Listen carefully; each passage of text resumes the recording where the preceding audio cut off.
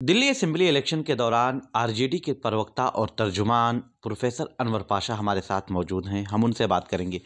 Delhi assembly election की गहमा गहमी चल रही है, बयानबाजियों का भी दौर चल रहा है। एक तरह से इंडिया अलायंस का जो शिराजा था, जो लोकसभा इलेक्शन में बना था, वो बिखर चुका है।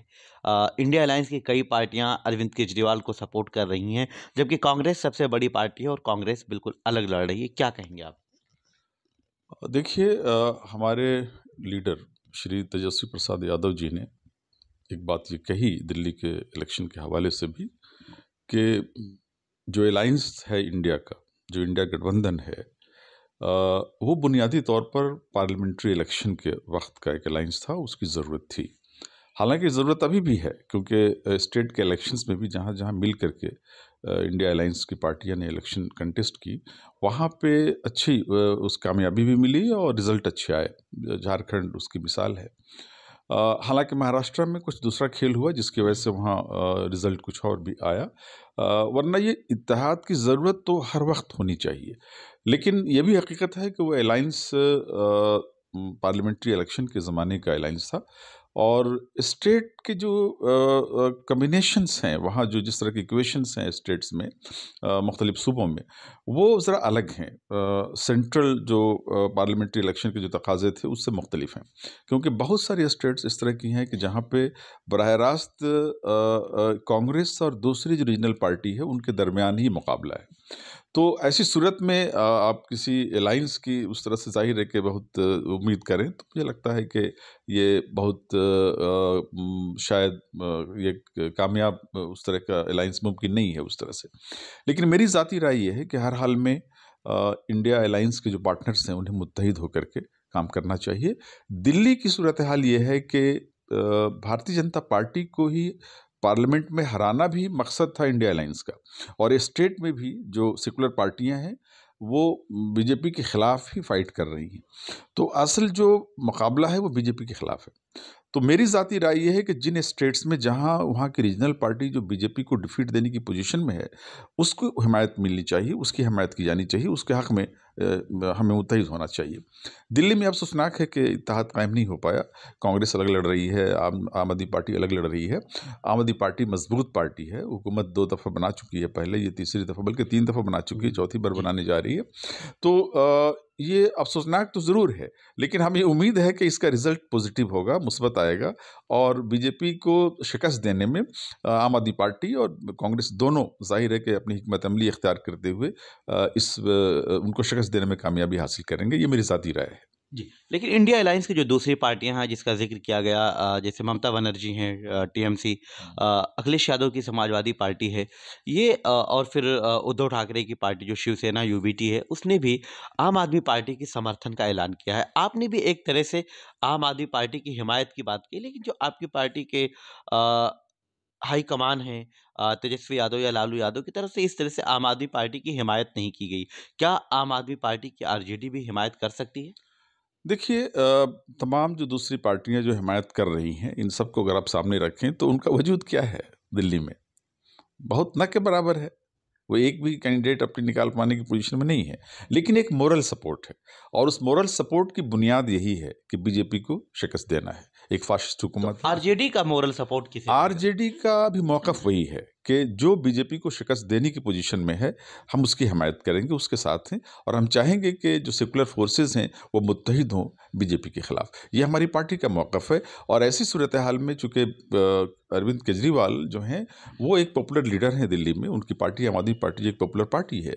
तो मुझे लगता है कि जो सेकुलर माइंडेड और जितने भी एंटी बीजेपी फोर्सेस हैं, उन सबको मुत्तहिद होकर के बीजेपी को शिकस्त देने के लिए आम आदमी पार्टी के साथ, या जहां कांग्रेस का कैंडिडेट अगर कामयाब हो रहा है तो कांग्रेस के साथ हम उनके हिकमत हमारी हमारी हिकमत अमली वैसी ही होगी कि जो शिकस्त देने की पोजीशन में है बीजेपी को, हम उसकी हिमायत करेंगे। अगर आप आम आदमी पार्टी की हिमायत की बात कर रहे हैं, और बीजेपी को हराने के लिए, तो फिर बिहार में कांग्रेस और आरजेडी का इत्तेहाद और गठबंधन है। क्या उस पर असर नहीं पड़ेगा? फिर यहाँ के कांग्रेस के लीडरान हैं, आरजेडी से नाराज़ नहीं होंगे? मैंने ये नहीं कहा कि हम आम आदमी पार्टी की हमायत हम कर रहे हैं या हमारी पार्टी कर रही है। मैंने ये कहा कि आम आदमी पार्टी हो या कांग्रेस, दोनों में से जिसका कैंडिडेट जहाँ पे बीजेपी को शिकस्त देने की पोजीशन में होगा, हम उसके साथ हैं, हमारी हिमायत उसके साथ है। हमारा बुनियादी मकसद बीजेपी को शिकस्त देना है। इसका फैसला करके कैसे कर पाएंगे? ओखला में कांग्रेस भी लड़ रही है, आम आदमी, दोनों मजबूत उम्मीदवार हैं और बीजेपी भी उतनी ही मजबूती से इस बार लड़ रही है। हालांकि ओखला की सीट नहीं जीत पाई है। अभी हम ओखला में बैठे हैं, बात कर रहे हैं, इसलिए मैं उस सीट का जिक्र कर रहा हूं कि यहाँ पर तकरीबन तीनों पार्टियां और फिर एमआईएम की भी मजबूत उम्मीदवार हैं। कैसे लोग फैसला कर पाएंगे और आरजेडी का समर्थन ओखला में किसे रहेगा? देखिए, ये सिर्फ ओखला की बात नहीं है, ये पूरे दिल्ली की बात है। और दिल्ली के आवाम को आप बेवकूफ़ न समझें। दिल्ली की आवाम बहुत चालाक है और दिल्ली की आवाम एक हिकमत अमली के तहत अपने वोट डालते रहे हैं। और ओखला की आवाम भी हिकमत अमली वही होगी कि जो कैंडिडेट मजबूत है और जो कांग्रेस बीजेपी को हराने की पोजीशन में जो कैंडिडेट है, उसके हक में लोग वोट डालेंगे, हिकमत अमली इख्तियार करेंगे। जो कैंडिडेट मजबूत होगा उसकी हमायत करेंगे। बहरहाल आप थोड़ा-सा जवाब देने से कुछ बच रहे हैं, लेकिन बिहार की बात करते हैं। बिहार में अभी एक तरफ फिर नीतीश कुमार की बात की जा रही है कि वो शायद पलटी मारेंगे, काफ़ी दिनों तक खामोश रहे। बीजेपी की तरफ से बयान आया, फिर लालू यादव ने ऑफ़र दे दिया, पेशकश कर दी कि आएँगे तो इस्तकबाल करेंगे, हम साथ देंगे। लेकिन तेजस्वी यादव ने कहा कि नहीं, हमारे रास्ते दरवाज़े बंद हैं, उनके लिए कोई जगह नहीं है। क्या चल रहा है बिहार में, ये बताएँ? देखिए, बिहार के हालात बहुत ही वोलेटाइल हैं, यानी उसके बारे में कुछ नहीं कह सकते कि किस वक्त क्या हो। ये सरकार जो चल रही है इस वक्त, भारतीय जनता पार्टी और जेडीयू का जो गठबंधन है, उसकी जो सरकार है, ये सरकार कब तक चलेगी? वहाँ के एक बच्चे से भी अगर आप पूछेंगे तो वो बताएगा कि ये सरकार कभी भी गिर सकती है, क्योंकि दोनों के जो रिश्ते हैं और माजी में भी जिस तरह से नीतीश कुमार जी बदलते रहे हैं पाला, तो कभी भी कुछ हो सकता है, ये हकीकत है। रही बात हमारी पार्टी के मौक़िफ़ की, तो हमारी पार्टी एक सोशलिस्ट आइडियोलॉजी को फॉलो करने वाली पार्टी है। तो हमारा ये खुला एक तरह से एक ओपन है हमारा दरवाज़ा उन तमाम लोगों के लिए जो सोशलिस्ट आइडियोलॉजी में, समाजवाद की आइडियोलॉजी में जो यकीन रखते हैं, उनके लिए दरवाजे खुले हुए हैं। और एक बड़ी तादाद इस वक्त जेडीयू में ऐसे एमएलएज़ की है, ऐसे लीडर्स की है जो बीजेपी से नाराज़ हैं, नाला हैं और वो अपने सोशलिस्ट आइडियोलॉजी या समाजवादी आइडियोलॉजी के तहत कमिटेड हैं और वो अंदर से एक तरह से अनकंफर्टेबल महसूस कर रहे हैं। इसलिए ऐसे लोग हो सकता है कि टूट करके आ जाएं हमारे साथ और वो साथ छोड़ दें बीजेपी का और जेडीयू का। इस तरह की सिचुएशन है बिहार में। ख़ास तौर से महाराष्ट्र का जो रिज़ल्ट आया है, महाराष्ट्र में जो कुछ हुआ है वहाँ पे, और जिस तरह से शिंदे के साथ जो बीजेपी ने जो रवैया अख्तियार किया, उससे एक सिग्नल तो गया है बिहार के लोगों को और नीतीश कुमार जी को कि वो अब इस बात को लेकर के बहुत वो मुतमईन नहीं है कि अगले इलेक्शन में उन्हीं को सीएम कैंडिडेट के तौर पर प्रोजेक्ट किया जाएगा। और इसकी तरफ इशारा बाज़ाब्ता जो वहाँ के डिप्टी सीएम बीजेपी के हैं, उन्होंने वाज़ेह तौर पे इशारा किया कि असल श्रद्धांजलि वाजपेयी जी को वो होगी जब हम इस रियासत में, बिहार में अपने दम पर हुकूमत बनाएंगे। ये इशारा है कि आने वाले इलेक्शन में बीजेपी चाहती है कि वो अपने दम पर हुकूमत बनाए और सीएम उनका हो। तो ये तमाम सूरत हाल ऐसी हैं जो इस बात की तरफ इशारा कर रही हैं कि बिहार में किसी भी लम्हे कुछ हो सकता है। और जहाँ तक दरवाजे का सवाल है, जाहिर है कि ये वक्त जब आएगा तो पार्टी फैसला करेगी, हाईकमान उस पर फैसला करेगी।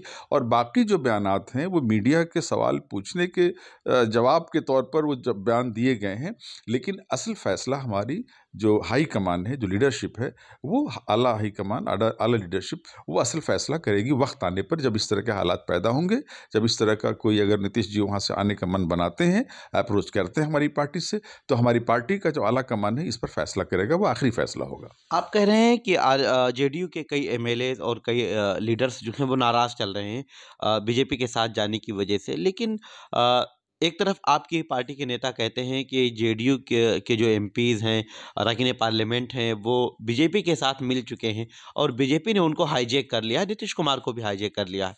क्या जो नाराज़ लीडरान हैं उनसे आरजेडी की कोई बातचीत चल रही है? पर्दे के पीछे बातचीत हो रही है?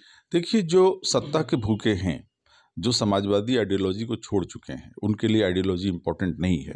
जो लोग मिनिस्टर बन करके जेडीयू के कोटे से बीजेपी की गवर्नमेंट में सेंटर में मिनिस्टर बने हुए हैं, वो सत्ता के भूखे लोग हैं।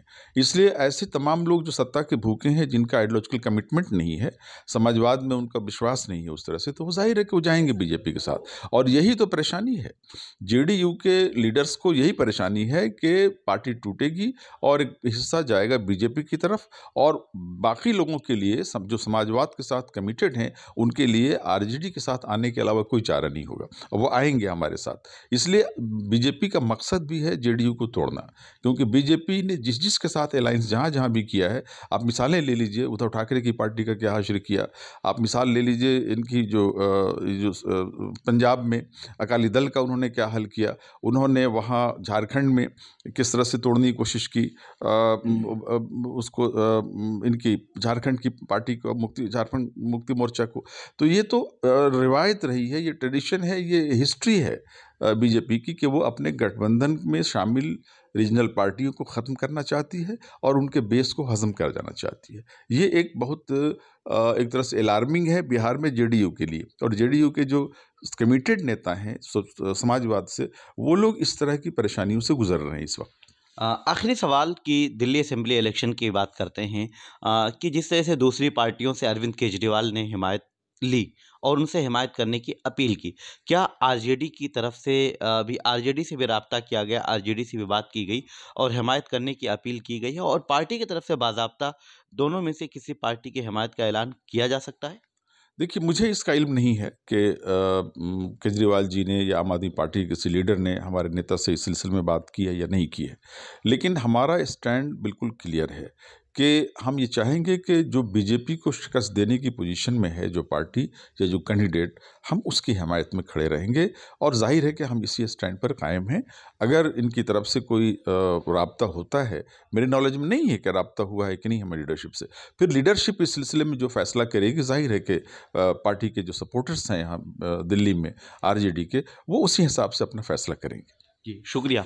तो ये थे प्रोफ़ेसर अनवर पाशा, जो आरजेडी के प्रवक्ता और तर्जुमान हैं। टीवी चैनलों पर बैठते हैं, खुलकर बात करते हैं, लेकिन अभी आम आदमी पार्टी और कांग्रेस जो दोनों अलग-अलग लड़ रही हैं दिल्ली इलेक्शन में, इस पर खुलकर एक तरह से बीजेपी को हराने की बात तो कर रहे हैं, लेकिन दोनों पार्टियों में से किसकी हिमायत करेंगे, इस पर अभी जवाब सही तरीके से नहीं आ पाया है।